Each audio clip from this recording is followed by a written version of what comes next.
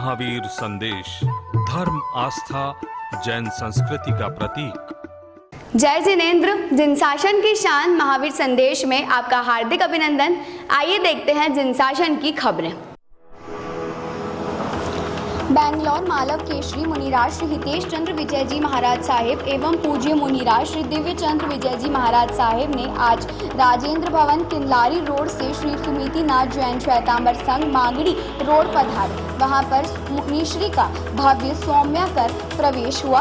मुनिश्री ने अपने प्रवचन में सिंदूर प्रकरण ग्रंथ का विवेचन करते हुए बताया कि सिंदूर प्रकरण ग्रंथ की रचना आचार्य श्री सोम प्रभु सूरी जी ने राजस्थान की सुवर्ण धारा भीनमाल में की थी। मुनिश्री ने कहा कि कांच के टुकड़े तो हजारों मिल जाते हैं, चिंतामणि रत्न सहजता से ही नहीं मिल पाते। जिस तरह पत्थर एक ही खदान से निकलता है लेकिन मूर्ति बन जाने पर पूजनीय बन जाता है, उपाश्रय में लग जाने पर वंदनीय बन जाता है और मकान में लग जाने से न तो पूजनीय होता है और न ही वंदनीय होता है। उसी तरह एक ही माता की कोख से जन्म लेने के बाद भी समानता नहीं होती है, क्योंकि कर्म अलग अलग होते हैं। अच्छे कर्म का परिणाम भी अच्छा होगा और बुरे कर्म का परिणाम बुरा ही होगा। मुनिश्री ने साध्वी श्री रत्नत्रया श्री को श्रद्धांजलि देते हुए कहा कि जिनकी दिशा विधि गुरु आज्ञा से मैंने करवाई थी, लेकिन ऐसा कभी सोचा नहीं था कि उनकी अंतिम विदाई भी मेरे हाथों से होगी। उनकी कमी हमें हमेशा खलेगी। मुनिश्री ने मागड़ी रोड संघ में साध्वी श्री तत्वत्रया श्री जी एवं गौयम रत्ना श्री जी का प्रथम चतुर्मास एवं एक यादगार चतुर्मास बने ऐसा शुभाशीष प्रदान किया। मुनिश्री को श्री शांतिनाथ जैन मंदिर विजयनगर के रिखबचंद जी नाहार, मेघराज जी चौधरी, सुरेश जी रावल, देवेंद्र जी तातड़े, मधु जी तातड़े द्वारा ट्रस्ट 14 जून 2021 को वार्षिक ध्वजारोहण समारोह में निश्रा प्रदान करने की विनती की गई। प्रवचन में सुमितिनाथ संघ के प्रताप सिंह जी मेहता, धेमीचंद्र जी सुराना, मुन्ना लाल जी संघवी, नरेंद्र जी मेहता, जगदीश जी गौगड़, इंद्रचंद जी गादिया, रंजीत जी, किरण जी गादिया, श्री भीनमल जैन संघ के जयंतीलाल जी चौहान, वंशराज बोहरा, महेंद्र सेठ, हरिलाल जी हुलिया, जयंतीलाल श्री श्रीमाल उपस्थित रहे।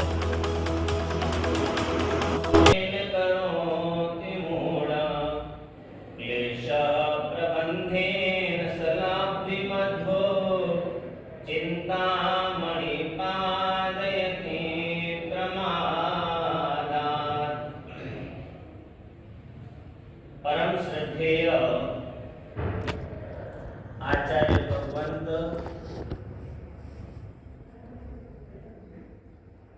अपने विहार यात्राओं के साथ में विचरण का समय चल रहा था और विचरण के समय में आचार्य भगवंत राजस्थान की सुरम्य धरा भीनमाल की भूमि पर पहुंचे।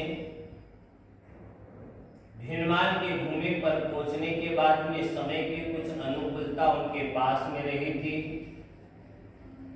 समय की अनुकूलताओं को देखते हुए सोचा कि समय का सदुपयोग यहाँ पर बैठ कर के क्यों न किया जाए।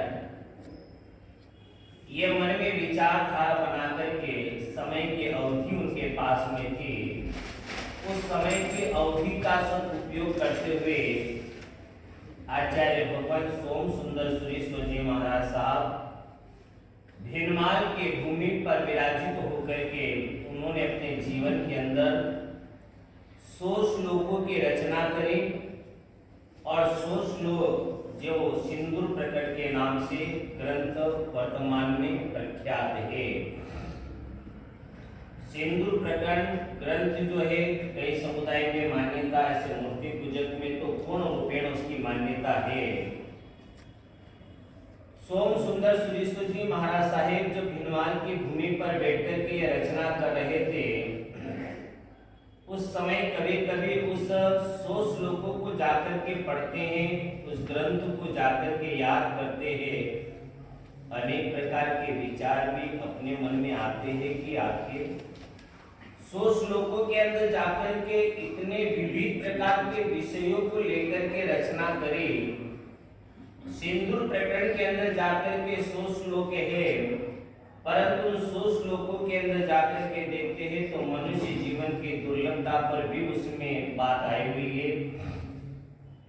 उसके बाद में यदि देखें तो दया हो, धर्म हो, कर्म हो, क्रिया हो, साधना हो, त्याग हो, वैराग्य हो या जीवन के श्रावकों के 21 कर्तव्य हो, इन सभी बातों का समावेशन सिंधु प्रकरण के अंदर जाकर के प्राप्त होता है।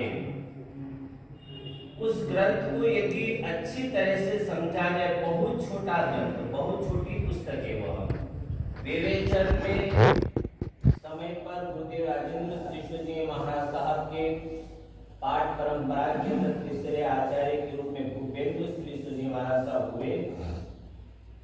उन्होंने जाकर के जब आहुल के अंदर थे तो उस समय उन्होंने जाकर के सिंधु प्रकरण का आधार लेकर के उसके कथामृत बनाने का प्रयत्न किया कि एक एक श्लोक के ऊपर समझाइश की दृष्टि से एक एक कथा बनाए और कथा के माध्यम से लोगों तक वो बात पहुंचे, समझने के लिए सहजता रहे।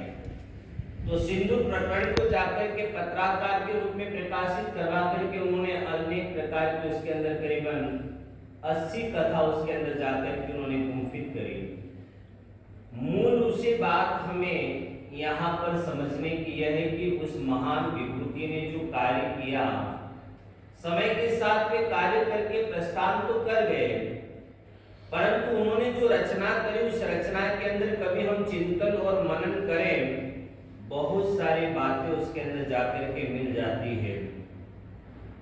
अभी मैंने प्रवचन प्रारंभ करने के पूर्व ही श्लोक बोला था, यह प्राप्य दुष्प्राप्य मिदं नरत्वम् धर्मं न यत्नेन करोति मूढ़ क्लेश प्रबंधेन सलब्धे मधो चिंतामणि पातयति प्रमादा।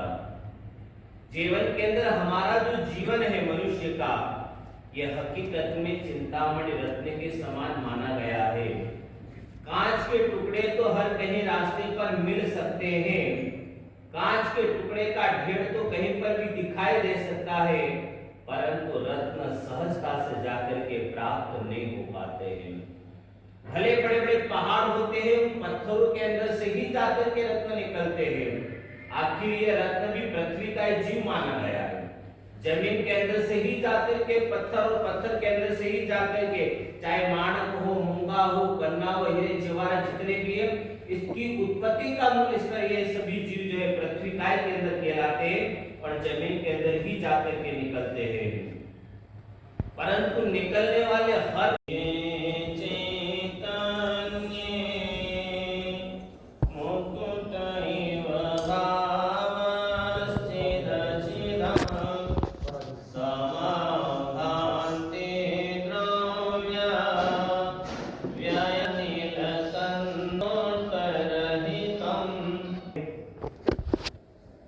प्रथम तीर्थंकर परमात्मा श्री आदिनाथ प्रभु,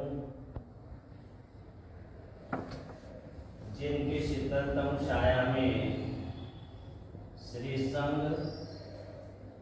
आनंद की अनुभूति का एहसास कर रहा है, ऐसे परमात्मा श्री सुमतिनाथ प्रभु,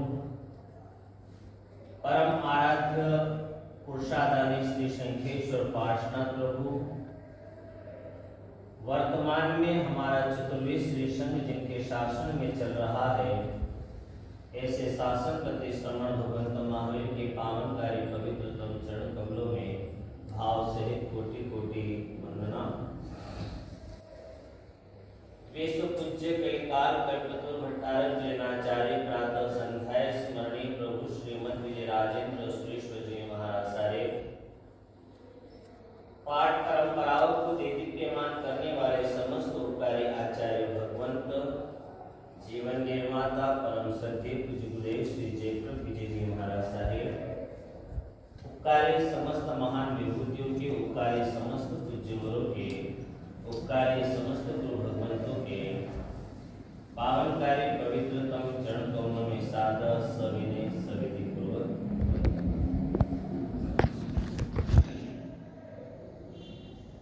जन शासन की खबरों को लेकर अगर आपने अभी तक हमारे YouTube चैनल महावीर संदेश को सब्सक्राइब नहीं किया है तो नीचे दिए गए रेड कलर के सब्सक्राइब बटन पर क्लिक करके हमारे न्यूज़ चैनल महावीर संदेश को सब्सक्राइब करें और साथ ही साथ बेल आइकन भी प्रेस करें ताकि आपको इसी तरह की तमाम खबरों की जानकारी मिल